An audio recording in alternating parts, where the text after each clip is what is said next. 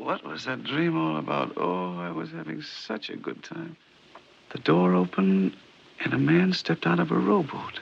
He said, "Henry, I've come to take you on a trip from which you'll never come back." And I said, "My good fellow, if I ever take a trip like that, it'll be in a deluxe cabin and not in a dinky little rowboat that doesn't even have a bar." So I threw him out, rowboat and all.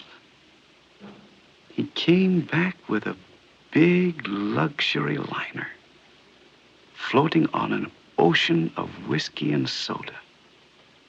And on top of the bar, sitting in a lifeboat, was the most beautiful blonde. And the man from the boat took an accordion out of his pocket, and he played the Merry Widow Waltz. The girl held her arms out to me, and she started to dance. Well, I put my arms around that beautiful girl and was just about to dance with her when, of all people, you cut in. Welcome to Season 5 of How Would Lubitsch Do It, a podcast in which we discuss the works of director Ernst Lubitsch, one film at a time. This week, a reading of Samson Raphaelson's Freundschaft, as published on May 11th, 1981 in The New Yorker. Come visit ernstcast.com if you'd like show notes, resources as to where you might find the films we'll be discussing, a link to our Discord, or just to say hi. Samson Raphaelson wrote 9 films for Ernst Lubitsch, many of them amongst his best. They include The Smiling Lieutenant, Broken Lullaby, 1 Hour with You, Trouble in Paradise, The Merry Widow, Angel, The Shop Around the Corner, and Heaven Can Wait. I knew early on in the development of this season that there was no avoiding the inclusion of this eulogy, written decades after Lubitsch's death, as it is essential. It's not only a portrait of Lubitsch, but a portrait of a friendship, of mid-century codes of male bonding, of the creative process, of aging, and of grief. It's a self-portrait of a terrifically talented, flawed, and above all, loquacious man. So here it is.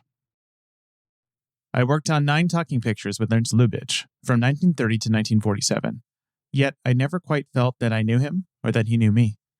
We were too much the creatures of our separate careers. I was a playwright.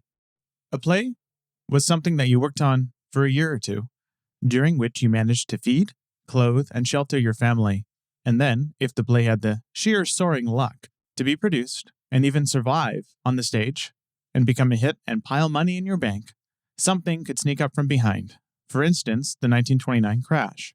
Thus, a pure, unadulterated playwright, which I was, could find himself in good company when he accepted occasional employment in Hollywood, where you were paid while you wrote, week after week.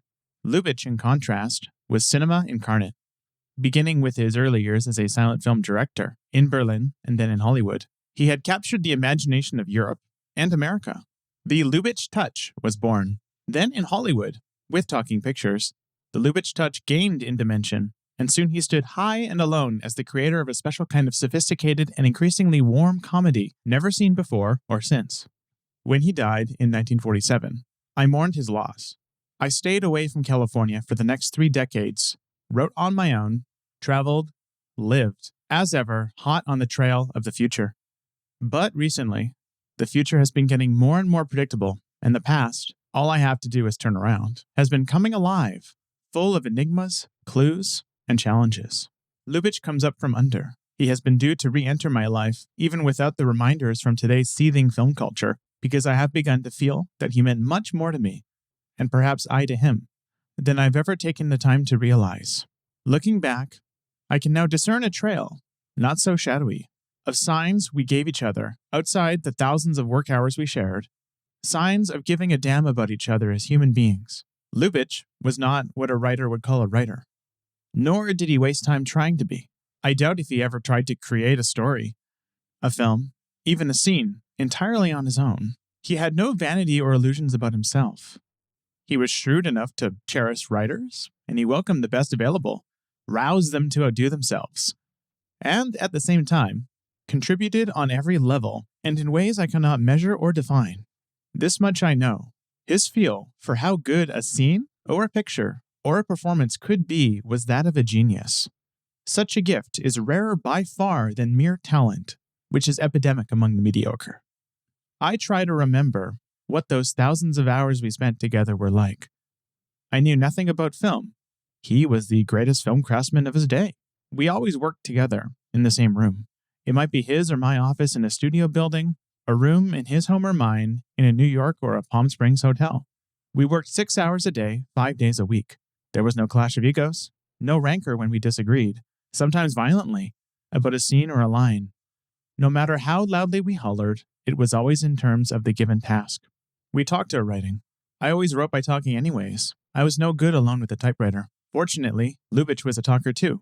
And of course, we always had a secretary with us. He wrote some of my best lines, and I supplied some typical Lubitsch touches. I did not keep score, and I never came home from work with details lingering in my mind. I had done the daily stint, earned the precious pay. The screen credit was incidental. The moment I left Lubitsch in the movies, I rushed back to my real life. The next play, mine and mine alone. I did have a mild curiosity about the finished film, but in all those 17 years, I visited a movie set less than half a dozen times, and then usually because Lubitsch wanted to change a line of dialogue. And I never hung around. There was nothing to learn by watching a 3-minute scene being shot over and over. After our first few films together, Lubitsch almost always wanted me, and I gladly came whenever it was feasible. We were an odd pair. He was short, rotund, eyes brilliant and black, hair a shiny black. I was tallish, thin, nearsighted, eyes blue, and bespectacled, hair brown. He was a Berlin creature, straight out of gymnasium into Max Reinhardt's theater, educated by clowning Shakespeare and Molière. A comic star in silent pictures at 21, a world-famous director almost 10 years before the advent of talking pictures. I was a Chicago product, middle class, West Side. My goal was literary and lofty, but my youth had been misspent on 4 years of journalistic antics on the campus of the University of Illinois, saturated in the cultural ambience of the Saturday Evening Post. I soon gravitated to New York and Greenwich Village, where my culture ascended to the level of The Nation, The New Republic, and the smart set of Mencken and Nathan, and I vacillated between odd jobs reporting on news or concocting advertisements and writing unsaleable short stories full of integrity. I looked down on movies. To me, they were all Douglas Fairbanks jumping over parapets or Rudolph Valentino looking silly. I saw 2 or 3 Chaplin films, thought they were funny, and that was that. I had seen none of Lubitsch's silent pictures and barely knew his name. I was theater mad, but I never dared aspire to playwriting. I had graduated from O. Henry to Maupassant, but Shaw, Molnar, George Kaufman, Eugene O'Neill, and Sidney Howard were beyond emulation. The mere concept of 3 successive acts, anything longer than 15 pages, paralyzed me. I didn't know that drama was my métier until 1924, when, out of the blue at the age of 28, I wrote The Jazz Singer, a theater piece, heartfelt, corny, and dramatic. It hurtled me into a lifetime dedicated to never again being so shamelessly effective. 2 plays later, my first time in Hollywood, I met Lubitsch, only 4 years older, but in his prime, and in the new talkies, greater than ever. It was late 1930 at the Paramount Studios, where, married and the father of 2 small children, I was recovering from the 1929 crash. I was more than happy to meet him, because earlier that year I had chanced upon The Love Parade, which Lubitsch had produced and directed, and it was the first movie that ever caught me completely. In fact, it sent me cheering into the streets. That is what I had for him when we met, what The Love Parade had done to me. And it seems he wanted for the script of The Man I Killed, his first attempt at a tear-jerking drama, someone who could write a play like The Jazz Singer and really mean it. At the time, neither he nor I suspected that I could write his kind of comedy. Our work was always based on a play, always European, and usually unknown here. Lubitsch would tell me briefly the general line of the plot. I never read the play, because he wanted me not to be hampered by someone else's writing. He chose material for its possibilities, material that left us free for rampages of invention in what was known as his style, a style I loved and never ceased loving. For him, not for myself. From the first, I found that a certain kind of nonsense delighted him. I would toss in preposterous ideas. Here's a terrible example of what I mean, while we were struggling over a scene. He encouraged such nonsense, even during the first assignment, The Melancholy The Man I Killed. And when we got into the next, The Prankish Smiling Lieutenant, he began actually using that stuff, to my surprise. I soon discovered that these conversational doodlings were serious business. For instance, the opening scene of Trouble in Paradise in a Venice hotel. Herbert Marshall is a master crook posing as a baron, and Marianne Hopkins is a lady thief posing as a countess. During their first rendezvous in Marshall's suite, their romance flowers when each unmasks the other. It turns out that she has pickpocketed his wallet and his watch, and he has lifted her jeweled brooch and then somehow conjured the garter from under her evening dress. It was phony, incredible, and inconsistent with the image of Marshall as the supreme crook. But Lubitsch pounced on the idea, and we juggled it past all sanity. He loved my wild doodle of Miriam handing Marshall his watch and remarking, "It was 5 minutes slow, but I regulated it for you." We were socially congenial in the Hollywood fashion. My wife and I were often invited to his home, and he and his wife, the second, were invited to ours. But almost never was it merely a foursome. In Hollywood, anything less than a dinner for 10 was a faux pas. I am sure we thought of each other as friends, but my private life held no interest for him, and I had little curiosity about his. As for my plays, they were fiercely my own, and he was the last man on earth I would ever turn to if I needed advice. I think he preferred it that way. During the long stretches when I was in the East, neither of us wrote or phoned the other except on business. I hardly ever knew what other pictures he was making until long after they were made and I managed to see them. My wife says that we exchanged Christmas gifts when we were working together, boxes of candy or beribboned baskets of fruit and nuts. I am not quite giving a sense of the fullness of this odd and inconsistent relationship. An example, perhaps, would be how I felt about Lubitsch's courtship of Vivian Gay and how he gave me the news of their marriage. It was in the mid-1930s. I had done 5 films with him, and I had been calling him Ernst since the first few weeks of our first movie. To Walter Reich, the writer from Vienna, and probably his most intimate friend, he was always Herr Lubitsch. He called me Sam and occasionally Rafe, which I am more accustomed to. Yet underneath that informality, especially in the earlier years, I must have held him in awesome esteem. It included my concept of male charisma. I didn't notice for months that he was a short man, about 5 feet 5 or 6. Only when an envious Berliner mockingly compared him to Napoleon did I actually think of Lubitsch in terms of height. Actually, not only was he short, but his hands and feet were small, he walked with a faintly bow-legged, lilting step. He also had a bulge at his waistline. But his remarkable face, and those brilliant eyes, and his true feeling for every art that went into the making of movies gave him a towering stature in my eyes. I could not conceive of a beautiful woman in her right mind hesitating if she had to choose between, for example, Gable and Lubitsch. Or take a society man, blue-blooded, handsome, a polo player with a yacht. Hell, take Hemingway. I could write the scene. It would be no contest. Well, I gradually learned that he was far from being a grand vizier of love. I knew almost nothing of his first marriage and divorce. He wanted to marry, and I heard that he had proposed, at one time or another, to several qualified ladies, but without success. This humbly born, self-educated specimen from Unternoberlin-Linden, in his art so hilariously superior to kings and dukes and earls, was touchingly modest in the presence of even an ex-lady-in-waiting to some obscure royal dowager of some distant realm, which more or less described Vivian Gay. My wife and I knew her first as one of the presentable, unclassifiable young women who appeared around the swimming pool of one's house on Sunday afternoons. I haven't the slightest idea who brought her to ours. I believed her when she said she had been lady-in-waiting to the Queen of Denmark, but since I did not know the requirements of such a job, I was not impressed. Lubitsch dropped in on Sunday.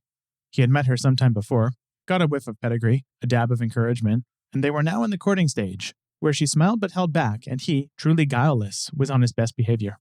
Being a man of many humors, he couldn't avoid subtleties, deadpan ironies, and extravagances. Vivian, who I'd have said had a limited sense of the comic, did seem to know when to smile, when to approximate laughter, and when to nod in recognition of a noteworthy remark, at least 2 out of 3 times, and I don't think Lubitsch was counting. I report all this from my own grudging viewpoint. In my eyes, she was not good enough for him. But one day I heard that he and Vivian Gay were often together, and it made me, in a comfortable bystander way, unhappy. Then, in October of 1935, I was in Palm Springs working on a play and must have missed the papers that day. Someone told me they were married, something about running off to Arizona, and I readjusted my view of life, deciding that anything could happen to anybody. And, after all, the man and I merely worked together once in a while. One day, a few months later, I was still in Palm Springs, but the play was going badly. Lubitsch called me. He had a story. Was I available? The next day, we lunched in great spirits at the Paramount. "What are you doing, Sam?" "Oh, a play." "Ah, how's it going?" "Bad." I threw it away. Fine. I think you're going to like this story." Back in his office, he began telling me the general idea of Angel. The telephone interrupted. "Yes?" His face brightened. "Hello, darling." He spoke affectionately about domestic matters. When he hung up, his eyes became watchful and his lips curled in a naughty little grin. He said, "Maybe you heard that Vivian and I got married." I said, "I think I did hear somebody say." Still with that grin, he said, "Well, it's true." Then, after a moment, brisk and on his feet. Now, where were we? I grinned back and told him where we were. That is as near as I can come to an indication of how life was between him and I, apart from our intimate existence in the more tangible world of applied imagination. Then, in 1943, Lubitsch had a heart attack, and there were signs of reaching out, at first mainly on my side.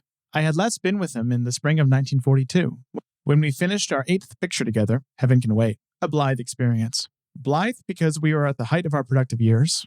I had written Accent on Youth, Skylark, and Jason, a head start towards immortality, I thought. Lubitsch, pitching for the here and now, had been steadily making Lubitsch pictures with and without me. Blithe because, separated at last from Vivian Gay after several years of a troubled marriage, and with a 4-year-old daughter to adore, he was in fine fettle. Blithe because we did our work on Heaven Can Wait in his Bel Air house, luxuriously at ease, me often laying aside my pipe for one of those special Upmann cigars. Blithe because we combined our individual gifts in that script and felt it was flawless. When the job was over and done, we parted with the usual brief handshake, knowing little more about each other than we had known before. Jump a year, during which Lubitsch at 20th Century Fox was bringing Heaven Can Wait to consummation on the screen, and my wife and I, in Pennsylvania, were purchasing a farm. In the summer of 1943, leaving my family to rural bliss, I returned to Hollywood for a stint at MGM. I lived at the Chateau Élysée, and it was there, over the radio at breakfast, that I heard the news of Lubitsch's heart attack. He had fallen down unconscious the night before at a party, in a large tent set over a portable dance floor at the estate of Sonia Henney. He was brought to the Cedars of Lebanon Hospital, where desperate measures were being taken to save his life. The news certainly did something to me. That was 38 years ago. I remember the day in patches. My wife told me later that I had called her and sounded badly shaken. I know that I did not call Lubitsch's home or the hospital and that I had felt awful about it. But I hadn't seen him for a year and, as always, was not sure where I stood in his life or he in mine. I remember the day as a long morning in my office at MGM. I arrived and got the latest bulletin from Tildy Jones, my secretary. Lubitsch was dying, if not already dead. Tildy had been with us on Heaven Can Wait, and she was continuing at my side through Hollywood, thick and thin. Her news was authoritative and clearly firsthand, with nothing like my qualms. She had called the Bel Air house and simply asked for her friend, Lubitsch's private secretary, Steffi Trondle. Steffi, a dear elderly German woman who had been with Lubitsch since long before I knew him, had just returned from the hospital. She was hysterical, but also apparently in charge, talking with mad efficiency of coffins and pallbearers and, according to Tildy, referring to me as one of the few who never let him down. I remember those words exactly, because over the years, several people have quoted them, the only precise clue to how Lubitsch felt about me. The rest of the dialogue I am improvising, as close as possible to what was said. Tildy went on. Steffi says that she realizes what a terrible loss this must be to you, and that you must express your grief while you feel it most, and I agree. You must write something beautiful to be printed, so that future generations will know what a wonderful man Mr. Lubitsch was. I recall no stirrings of grief. My imagination could not, and cannot, play around with death. It is all offstage stuff. I certainly was sorry he was dead.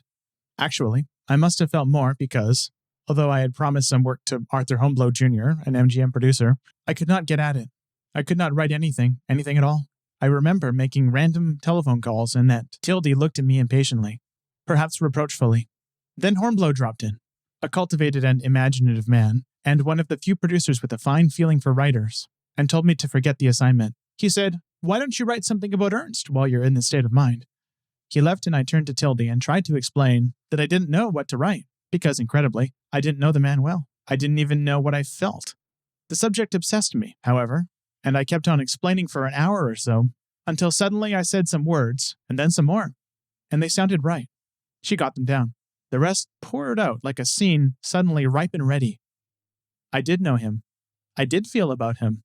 In no time at all, there was a first draft. Here it is. Lubitsch loved ideas more than anything in the world, except his daughter Nicola. It didn't matter what kind of ideas. He could become equally impassioned over an exit speech for a character in the current script, the relative merits of Horowitz and Heifetz, the aesthetics of modern painting, or whether now is the time to buy real estate. And his passion was usually much stronger than that of anyone else around him. So he was likely to dominate in a group. Yet I never saw, even in this territory of egoists, anyone who didn't light up with pleasure in Lubitsch's company.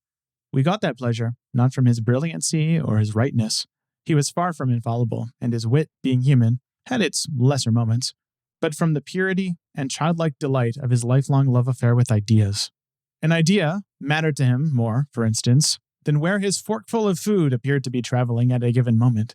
This director, who had an unerring eye for style, from the surface of clothes and manners down to the most subtle intonation of an aristocrat's heart, was, in his personal life, inclined to reach for the handiest pair of trousers and coat, whether they clashed or not, to shout like a king or a peasant, but never like a gentleman, and go through life unaware of many refinements and shadings, with that clumsiness which is the passion of an honest man. He had no time for manners, but the grace within him was unmistakable, and everyone kindled to it, errand boy and mogul, mechanic and artist. Garbo smiled, indeed, in his presence, and so did Sinclair Lewis and Thomas Mann. He was born with the happy gift of revealing himself instantly and to all. As an artist, he was sophisticated, as a man almost naive, as an artist shrewd, as a man simple, as an artist economical, precise, exacting. As a man, he was always forgetting his reading glasses, his cigars, manuscripts, and half the time it was an effort for him to remember his own telephone number. However great the cinema historians will eventually estimate him, he was bigger as a person. He was genuinely modest. He never sought fame or coveted prizes. He was incapable of employing the art of personal publicity. You could never wound him by speaking critically of his work, and somehow he never wounded his fellow workers with his innocent forthrightness. If he once accepted you, it was because he believed in you. Thus you could say, "Oh, that's lousy," and at the same time you felt his rich appreciation of what you hoped were your hidden virtues. A superb actor, he was totally incapable of acting in his human relations. He did not have one manner for the great and another for the lowly, one style for the drawing room and another for the bar. He was as free from guile and pretense as children are supposed to be, and this made him endlessly various and charming. I am sorry I was never able to say some of this to him while he was alive. I was pleased, more than pleased. It was better than a first draft. The real test was its effect on Tildy. Here my memory is clear. As I was dictating, I saw a tear rolling down her cheek. Then, after Tildy had typed it, long past lunchtime, but neither of us noticed, I read it aloud to make sure it was heartfelt, yet not effusive, laudatory but judicious, and her responses were just right. At one point, she remarked that she hadn't realized how strongly I felt about Lubitsch. And of course, I hadn't realized it myself. I had never before seen him defined and clear, framed and final, as by death. A few weeks later, when I was allowed 10 minutes with him at the hospital, I was deeply moved. He had to lie very still. Even the use of his expressive hands was forbidden. I reassured him, mentioning John Golden, my producer on Skylark, a man over 70 who was in great shape a year or two after a near-fatal stroke. Lubitsch smiled wanly. I know, but when I die, this is what I'll die of. He did not die, and as time went on, the accent of death faded. The regular life pattern took over. In the next 4 years, on the farm, my wife and I went through the ordeals of our children's adolescence, and I was busy with plays and stories. Lubitsch in Hollywood was doing his usual incomparable stuff. He probably knew I had to play on Broadway, and I must have heard of his next film, Clinty Brown. We were both back to normal. As for my funeral tribute, although it was now distinctly out of order, I kept the 2-page script, the original and a few carbon copies, where I could always lay my hands on it. I reread it and found labored adulation, inaccuracies, and a glib style. I didn't do anything about it, but I knew that if the time came, I could write more truly. After all, in 1943, I was 47. I was maturing. I could not quite forget the pale man on the hospital bed. My change consisted of past fragments seen anew, evidence of Lubitsch's humanity and mine. I felt that one of us had failed the other. Maybe the original fault was mine. How did he take my obvious lack of interest in movies? True, I never received a wire from him on my Broadway openings, never felt he owed one to me. But how had he felt about no word from me on the premieres of films we had created together? In many instances, I hadn't even known they had been released until weeks later. I didn't see Angel until it came to Bethlehem, 20 minutes from our farm. Conceivably, all this might have chilled him. He might have opened up if I had been a total film man, ambitious to be a director myself. I doubt if there would have been envy. He was too secure in his cinema cosmos. I began reinterpreting, finding clues in things that had passed me by before. Maybe he had tried and I had failed him. One spring afternoon, way back in 1932, we were working on Trouble in Paradise in his Santa Monica beach house. He asked me to stay and stroll the beach with him. I was sure he had something special to say, but we walked along with small talk. And after a while, he began telling me about his father. Unusual, but I gave it no great importance at the time. He was very fond of the old man and maintained him comfortably in a Berlin apartment. Papa was constantly writing for additional money and sending bills, always for repair work on the main door. And the great lover had to have a new door lock to keep a rejected sex-mad female away. Lubitsch told this with his usual glee about fun in bed and with obvious filial pride, but looking back, I recalled a difference. Some pauses, as if he were waiting for me to speak, and a watchfulness that I could sense out of the corner of my eye, but that disappeared when I glanced directly at him. But I, enjoying the telling, just smiled and laughed. Then, at the end, there was a long silence. It may well have been an invitation. It was the only time he had ever asked me to stay after work. Probably he was trying to create a more intimate atmosphere, and when I failed to respond, impulsively came up with a random intimacy about his father. Why didn't I tell him about my father? Why didn't I ask for more about Ernst? Was his mother alive? How did he feel about her? How was it between mother and father? Did Ernst have brothers, sisters? We were both Jews. That was something to talk about. My family, before 2 American generations, had owned or leased or labored in vineyards or orchards near Jerusalem. How far back was his family German? And before that, Poland, Spain, Palestine? I had heard from others that the father had been a tailor. A little tailor in a shop? I resolved that, next assignment, the first day together, we would have a fine time bandying childhoods. I began also to re-examine some of my own behavior. Often, when talking about Lubitsch, I had said, I love the guy. It came easily in Hollywood, a common phrase. You might say it about someone who agreed with something you said, or someone you didn't even know who did something you liked.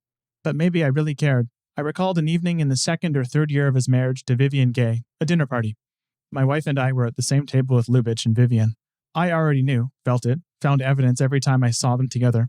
Lubitsch was out on the floor, dancing, which he loved. My wife was dancing too, and so were others. Vivian preferred not to dance, and we were making talk.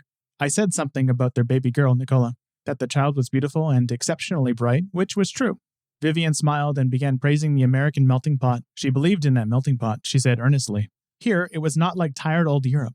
Then she said, I'm all in favor of mixing, for example, the blood of an aristocrat with the blood of a peasant. I lost my customary aplomb. I said, I know exactly what you mean, Vivian. You are, of course, referring to Ernst and yourself, he the aristocrat, and you the party of the second part. I remember that remark well because I was proud of my wit, and because I felt the lady had inspired it and deserved it. I also remember that we both smiled hideously at each other, pretending that nothing homicidal had been said. Then someone must have returned from dancing. I don't remember anymore, but Lubitsch and I did not again work in his home until heaven can wait, after he and Vivian had parted. I often thought ruefully of that gauche and ungentlemanly remark, and I always attribute it to my rugged American resentment of that lady's ladyhood. It did not occur to me that it was an explosion of loyalty, to say nothing of love, for my friend, the husband. But in the years after 1943, I saw it in a different light. I hoped and prayed that my words had not added to the dolorousness of his marriage. Did that mean that I had cared about the man and hadn't realized it? It was possible, but in those 4 years I never wrote Lubitsch or called him on the telephone. Maybe the annual Christmas card, but that is all. I was changing only in the sense that in odd moments I reinterpreted events that seemed to have other values when they had happened. I must still add another view of Vivian. All this goes back 45 years. I was not as mellow and even-handed as I am today. And if that episode seems in any way a reflection on the actual Vivian's character, I herewith state that I can be as wrong about fellow humans as any man. It is quite possible that Ernst was no dreamboat in the dark mazes of matrimony, and for all I know, Vivian may have had a prodigious sense of humor. I thought about Lubitsch again in a new way in 1944, after the ordeal of my play The Perfect Marriage. Before production, the script had an extraordinary reception. It was praised high, wide, and handsome by every theater magnifico that read it. All my other plays, especially the ones I brag about, had first been rejected, sometimes by more than a few producers. But this time there was not a single dissenting voice, beginning with my producer and friend Cheryl Crawford, and fanning out to financial backers, theater owners, and stars yearning for the leading roles. Even a Hollywood studio hailed the script with a lavish pre-production offer, which Cheryl and I, in the belief that we were outsmarting them, sneered at. Should anyone question my veracity, I have ample evidence in my files. I saved every scrap. Letters from the wealthy, the wise, and the glamorous. Telegrams, cajoling cards attached to boxes of flowers. Every scrap except the reviews of the New York critics, which were unanimously unfavorable. It was not exactly a box office failure, however, perhaps because Miriam Hopkins starred in it, but she also made one of the mistakes I had made. I chose her against the advice of others, including Cheryl Crawford. Miss Hopkins did not enhance the part. I might have survived the reviews if I could have put the blame only on my not-too-bright choice of star. But I knew the play itself had missed.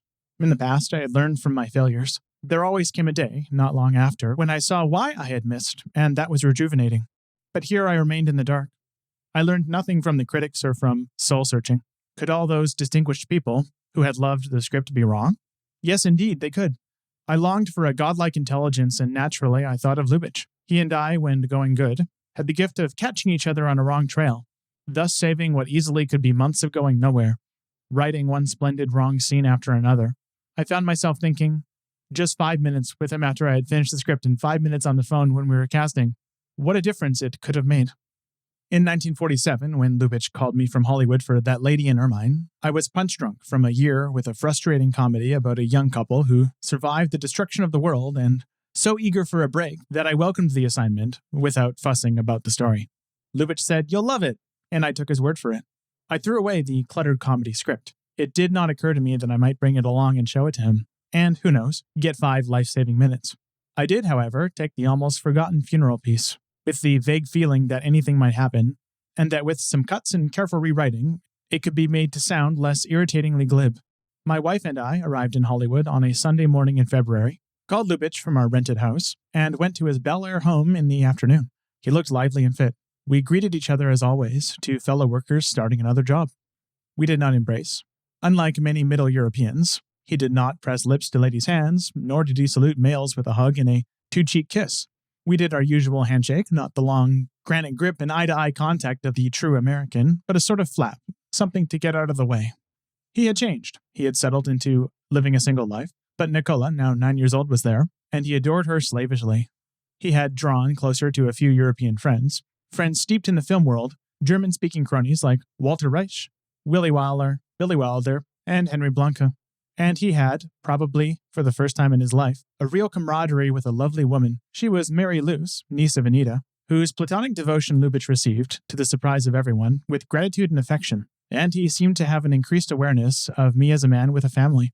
My wife and I felt it that first evening when we dined with him. He asked about the school life of our teenage children, and about our life on the farm. After we told him, however, there were no more questions, and somehow we didn't get around to our own childhood days then or ever. There were also changes in his work life, and I soon found myself involved in them. 2 more heart attacks in the past year, slight ones, had somehow been kept secret, especially from Daryl Zanuck, who revered him but might well have hesitated about giving him carte blanche on this expensive production. To impress Zanuck, we worked on the lot, in Lubitsch's studio suite, where I was given an adjoining office. I did not know about any of these developments on the morning we started work.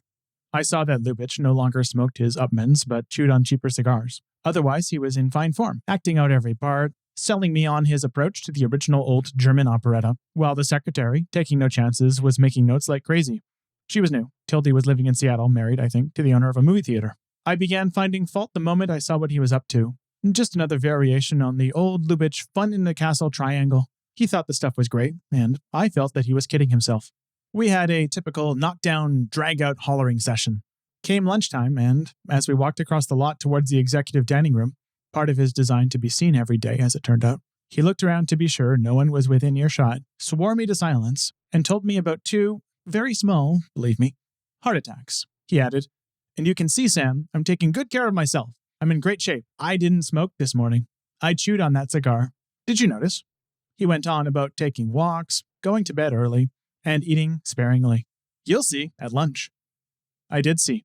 And as I watched this former trencherman diddling with a cup of consommé and an insipid slice of boiled chicken, I decided then and there to forego my customary integrity. In those days, integrity was in constant use by Eastern writers, so was truth.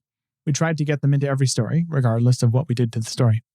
And in the afternoon, after a series of properly reluctant retreats from my uncompromising position, pretended to see the light. So I let it be warmed over 1930 Lubitsch, I decided. It's still good. I rolled with it and developed everything his way, which was no cinch and nothing to be ashamed of. I don't think I fooled him. Looking back, I believe he knew precisely what we were doing, shared my viewpoint, but preferred survival to glory. That vociferous first morning probably had scared the hell out of him. Nothing else about his behavior, not a look, a word, a gesture, asked for special treatment. There was no off moment when those brilliant eyes lost their immediacy and betrayed an underlying colloquy with death. Nor did I have, as I recall it, any sequel to the random steerings around him I had experienced when I had been 3,000 miles away. Here he was. We had a job to do. His days were numbered, and there was no space for friendship fantasies in this limited workaday future. My feeling for him, especially in the first few weeks, took a modest form. I merely wanted somehow, somewhere, at his table, at our table, or on this terrace on a weekend afternoon, I wanted to lift a glass, make a little speech, a statement. It sounds easy, but whenever an opportunity seemed to arise, I realized, each time, that there was no way of doing it that would not be margined in black. Pretty soon, life was about the same as in earlier years. Lubitsch and I took each other for granted. I began privately circling a new play idea, and in my spare time, cheating on that lady in ermine, with a lady who eventually became Hilda Crane. Our last day together, as it reached its end, brought a breakthrough for Lubitsch as well as for me. It was cockeyed somewhat, and in some ways, perhaps, dramatic. The initiative, astonishingly, came from him. Fortunately, I can report in considerable detail on what led up to it. I made notes, dictated them late that same day to my wife before packing, and the next day, I added some observations that are relevant here. My wife's chicken soup, for instance. In the earlier years, Lubitsch had been inclined to use chicken soup, noodles, and dumplings as lumpen metaphors for domestic felicity. But this chicken soup of 1947, very good but nothing sensational, my wife said, and I agreed, captivated him. He lauded it to one and all using gourmet terms, on the level with no mockery. And his photograph. I had never been a collector of photographs, had never thought of asking or giving, but I saw this one lying loose on his office desk. It was during the first week of work, and I admired it. He said, "Would you like it?" I said, "I certainly would." He picked up the picture as if to hand it to me, and I thought, hesitated slightly, which is why the moment stayed with me. I recall thinking, isn't he going to inscribe it? Does he expect me to ask? Then he said, after what I may have wrongly seen as a hesitation, "Do you want me to sign it?" "Hell yes," I said. I thanked him warmly for the inscription. To Rafe, with friendship, Ernst. I was not overwhelmed. It seemed a routine, cautious, adequate inscription. But I did know that, in German, friendship, Freundschaft, is a loaded word carrying the privilege of using the intimate du instead of the formal sie when saying you. And he had written Rafe, which my wife and American friends called me. Conceivably, the inscription was a signal, a message of feeling. And then there was Steffi Trondle. Steffi is one of the many dear human beings that I failed to appreciate in the graceless interludes of my life. Over the years, I had known her only as a figure behind a desk in Lubitsch's outer office. On my way in, we would exchange descriptions of the weather and assurances of each other's health. On my way out, she would entrust to me, itemized, a series of good wishes for my wife and children, which I earnestly promised to deliver. Now, daily at the studio, these amenities had expanded, taken on substance. Still unobtrusive, she seemed almost motherly, and I saw her as a person, but I felt no special significance in any of it. I had not seen her at all during the time of Lubitsch's 1943 heart attack. Our only contact had been Tildy's account of her hysterical telephone equivalent of a death announcement, but I doubted if she remembered much of that. Certainly she would have been astonished if I told her that I had actually written the funeral piece. Her new familial tone merely had meant to me, "She's getting older and more chummy, and so am I." But it turned out that she did know about the funeral piece, had known for a long time. Both she and Lubitsch. Throughout these Hollywood months in early 1947, and long before, they had known, had read every word of the piece, and never a hint to me. Understandably, for they had got it from Tildy, from whom I had exacted a vow of silence the afternoon of that day back in 1943. I did it the instant I heard that Lubitsch was recovering. You didn't want a living man to think you were in such a hurry to eulogize over his coffin that you didn't even bother to inquire if he had stopped breathing. It was more than that. I just could not bear for Lubitsch to know about it, let alone read it. Well, it seemed that Tildy had broken her vow. Tildy Jones is not her real name, by the way. She kept her shorthand notes, which she had pledged to destroy, and, purely as a lover of belles lettres, had made a few secret copies. But she had not told anyone, not even inadvertently at lunch that first day. There was a secretarial code, a taboo protecting the inspirations of one's writer. They might be stolen by another one's writer. But one fine day, after I had left Hollywood, still in 1943, she ran into her friend Steffi. Steffi, who lived and breathed only for Lubitsch. After all, who had a better right to see his eulogy? Pausing only to extract a hasty duplicate of her vow to me, Tildy delivered a copy to Steffi. Whereupon Steffi, overwhelmed by my prose, and an undiscriminating worshipper of Lubitsch, went straight to her deity and broke her vow. Now comes that last day, a Friday. I stopped at the studio, gathered my things, and said a fond farewell to Steffi. I never saw her again. She died a few years later. I drove to the Bel Air home, where Lubitsch and I had a typical wind-up of a typical job, leisurely checking the mimeographed script. I had long since left behind the sense of imminent death, and I had long relinquished the notion of a love statement. Only the coming evening of packing and last-minute chores was on my mind. Lubitsch, too, seemed to be taking everything in stride. No nostalgia. No, "Well, Sam, this is our 9th picture together." We lunched. I don't recall whether Nicola was there. We returned to the study and, as usual, dozed for half an hour in our easy chairs. Then I, smoking a guest Upman and he chewing his lesser cigar, we cleaned up the last sequence. About 3 we were finished, and we both got up. He seemed to be in great shape, tan, brisk, on the beam. He tilted his head a little and took a measuring look at me. Then he said, "By the way, Sam, I heard that you wrote something a few years ago when I was sick. You wrote something very nice about me, and I appreciate it. It came casually, part of the goodbye. A bit more than a trifle. Something even to give pause. Calling, perhaps, for a mutter of surprise and pleasure, and then out with you. I've paid my friendship dues. Goodbye and good luck." But I stood there, upset. He said, "What's the matter, Sam?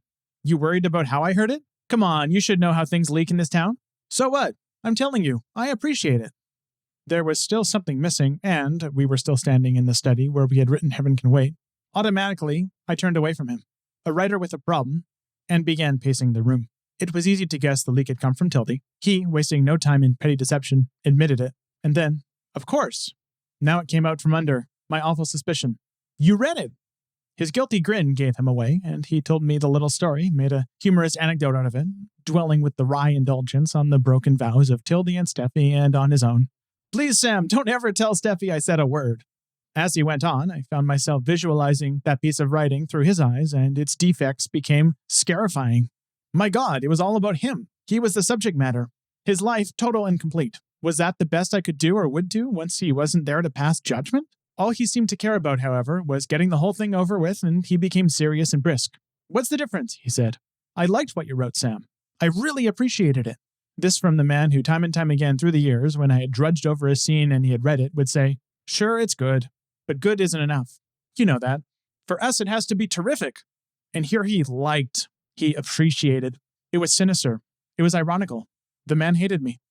I had to have it out. "It's only a first draft," I cried.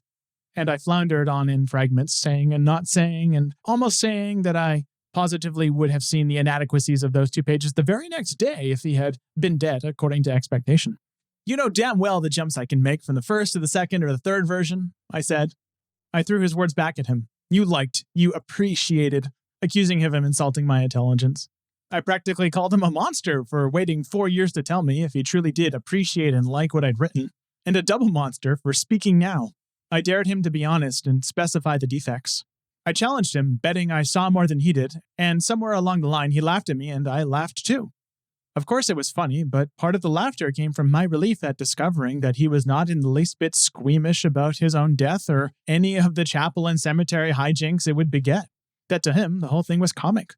I laughed, but I returned to what I was really trying in my writer's pride to say, that when and if he did die, that piece would be corrected, perfected, illustrious, accurate, a true monument. It got to the point where, according to my notes, he said earnestly, "I believe you, Sam. I am satisfied absolutely that if I drop dead tomorrow, you'll do a polishing job that I would rave about if I read it in advance." He was not smiling, nor was I, and suddenly we were looking at each other in a very familiar way. I was thinking, my God, he and I together, right now, it would take just an hour. That's all. And I saw in his eyes exactly the same thought. Inevitably, that is what happened. We started working on the piece as if it were a speech in a film. No, it was not like that. I'll come to it. I pause only to caution against false expectations.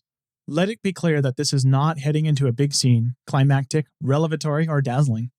A scene, to be sure, and worth telling, because in its awkward way, it was the nearest Lubitsch and I came to a friendship that now, at 85, I think was there and waiting to be found.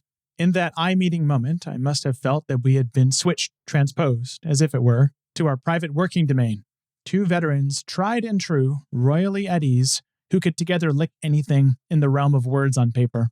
It seemed simple and natural when I leapt up and said, "I have the script at home. I'll be back in 10 minutes. And it seemed natural at the time, I'm sure it didn't strike either of us as funny, when Lubitsch said, "Wait, I think I have a copy here." He went to his desk, opened a drawer, and the next thing I remember is the old familiar scene. Lubitsch at his desk, glasses on, pencil in hand, chewing a cigar, going over a piece of work line by line, and me sitting opposite, watching the face I could read so well. Halfway down the first page, he marked something with pencil, and then quoted it.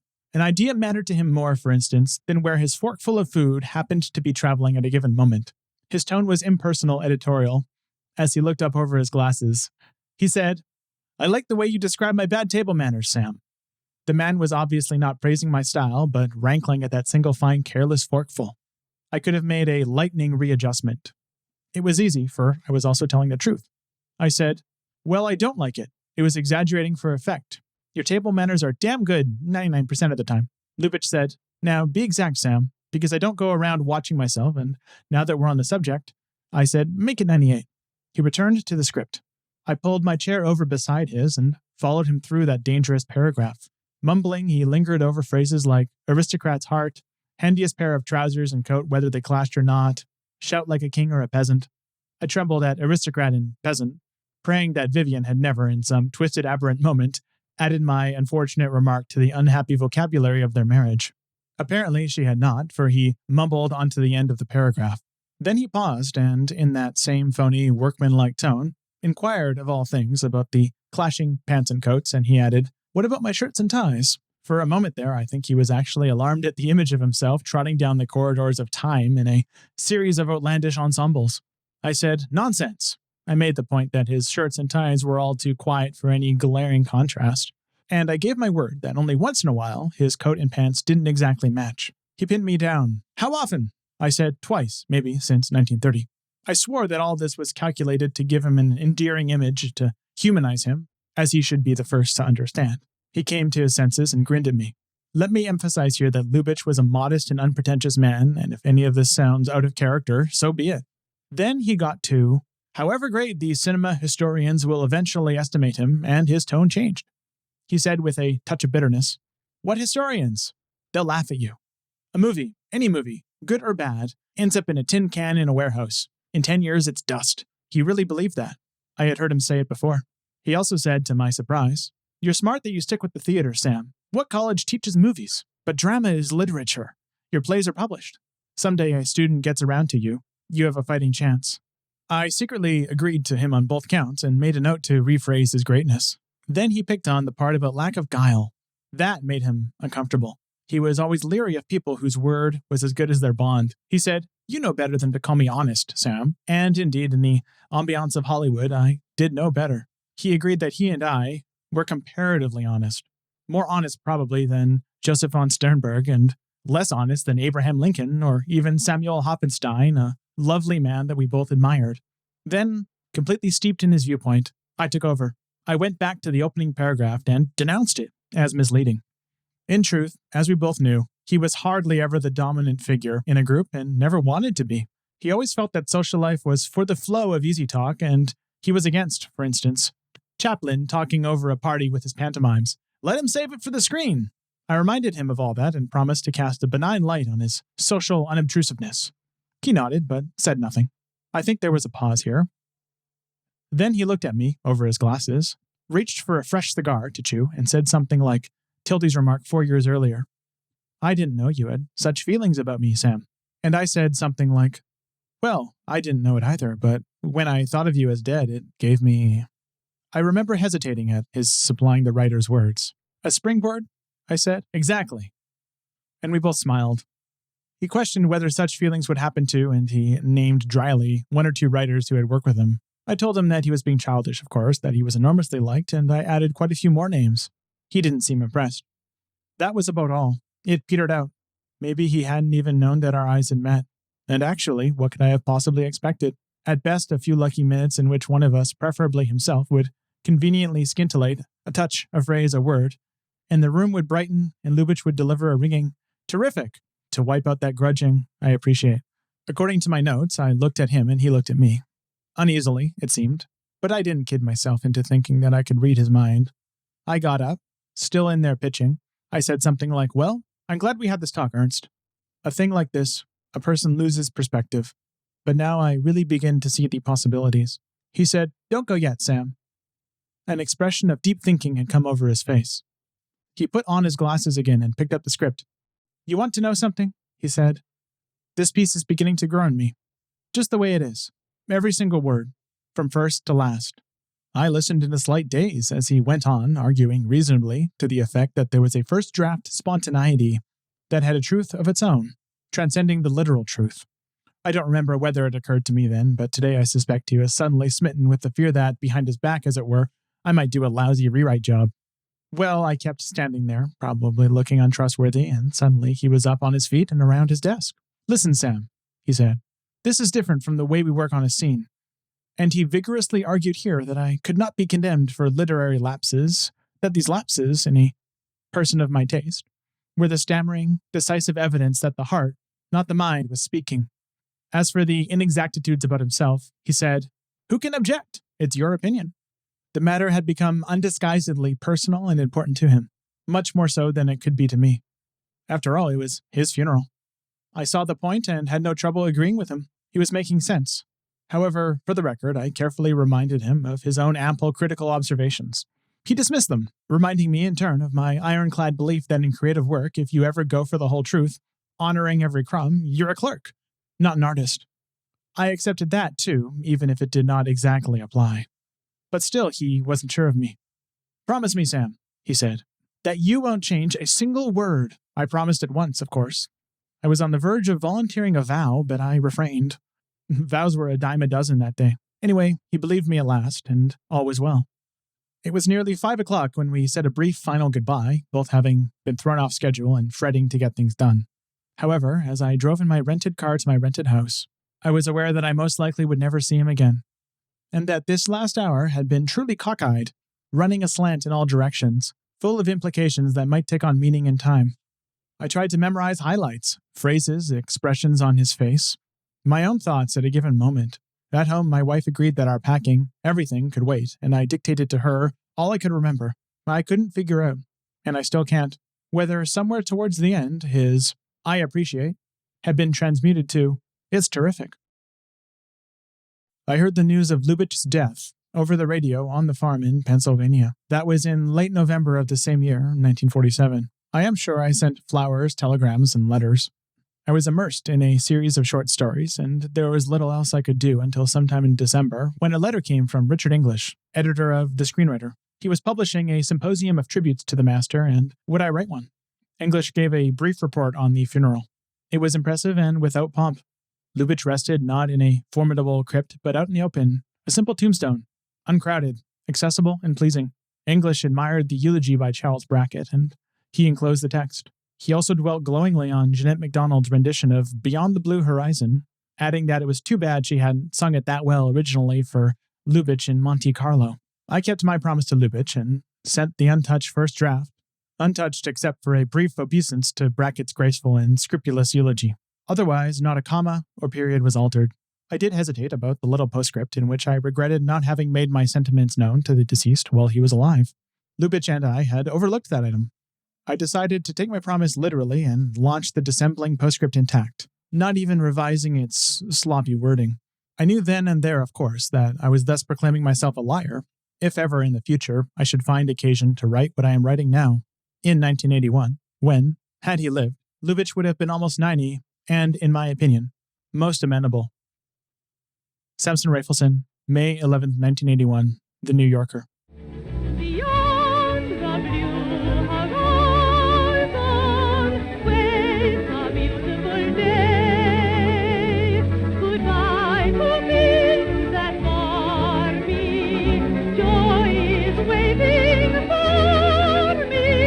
I see a blue horizon.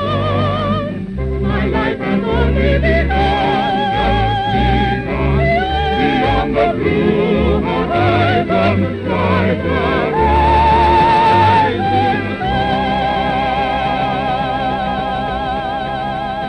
sun. Next week, Noah Isenberg joins us to discuss Billy Wilder's 1, 2, 3.